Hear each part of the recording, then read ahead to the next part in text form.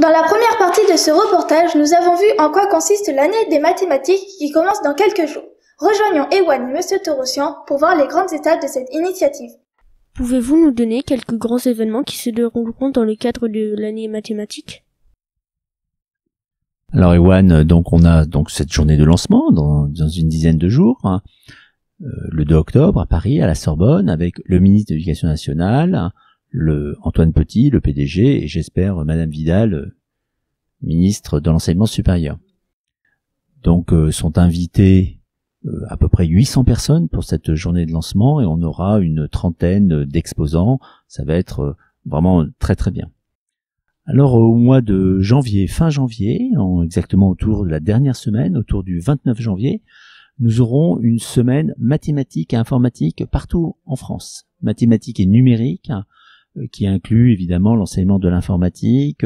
Il y aura 3 axes autour du questionnement, autour de l'informatique, et la place des femmes, la formation aussi, et puis la place de l'informatique. Au mois de mars, aux alentours entre le 9 et le 15 mars, on aura la 10e édition de la Semaine des mathématiques, dont le thème est « Mettons en scène les mathématiques ». Donc j'espère que partout dans les écoles, les collèges, les lycées, on va mettre en scène les mathématiques. On peut penser à l'art, à la danse, mais aussi les mathématiques en action.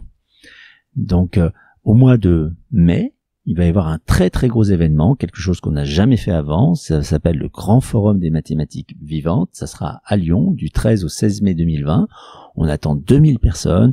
Des professeurs, des élèves, des formateurs, des inspecteurs, du grand public, des parents, des industriels. On va parler de mathématiques, de formation, d'informatique, de computer science, mais aussi de métiers, savoir qu'est-ce qu'on fait, pourquoi on enseigne les maths, quel métier on peut faire avec les mathématiques. On va parler d'intelligence artificielle, de big data, de sécurité informatique, de toutes choses. Et puis il y aura des événements importants que vont organiser la ville de Lyon autour, disons, d'un forum, de peut-être aussi, alors le programme n'est pas 100% fixé, mais des grands événements le soir.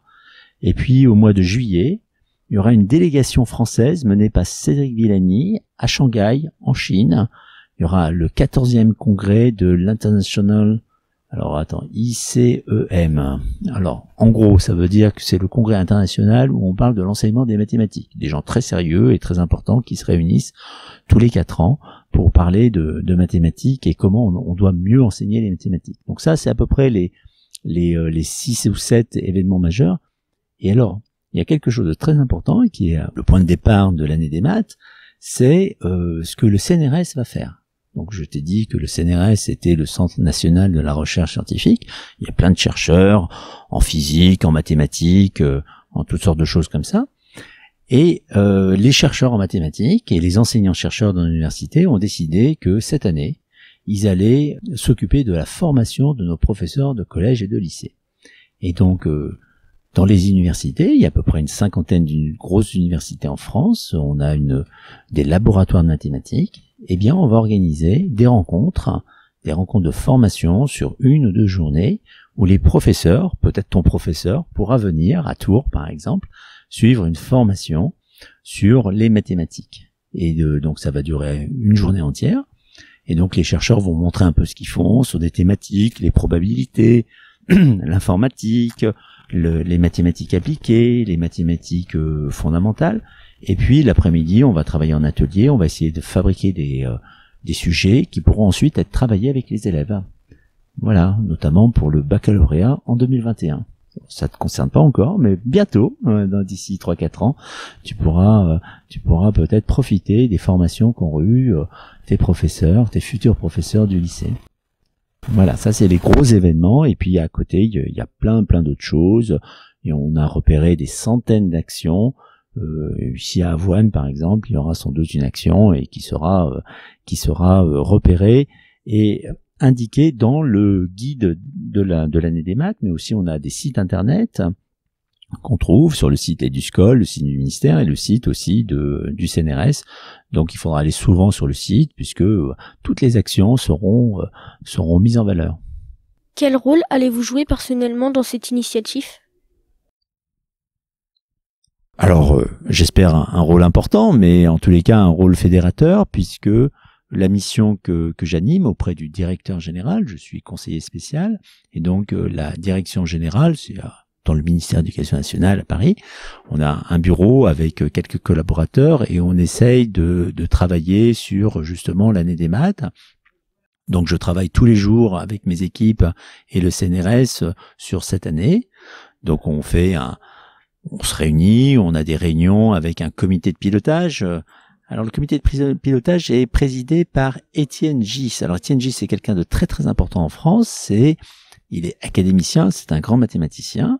Il n'y a pas que Cédric Villani, Cédric Villani est très connu, mais il y a d'autres aussi personnes très importantes et très connues. Donc Étienne Gis est aussi secrétaire perpétuel de l'Académie des sciences.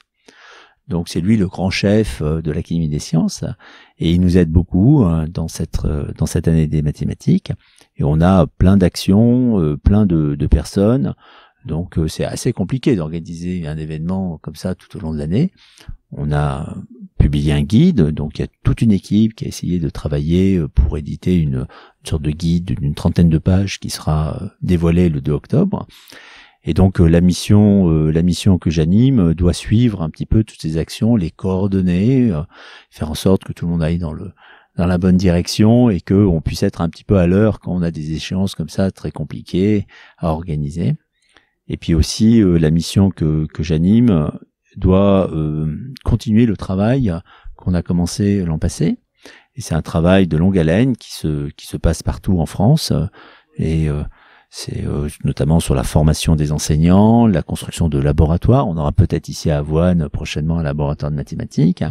Donc il faut suivre tout ça, créer des ressources. Il y a plein de choses à faire. On manque pas de travail et on cherche des jeunes aussi pour venir nous aider. Voilà un programme qui s'annonce riche et passionnant. Dans la dernière partie de ce reportage, nous verrons quel rôle peuvent jouer les clubs dans cette année des mathématiques.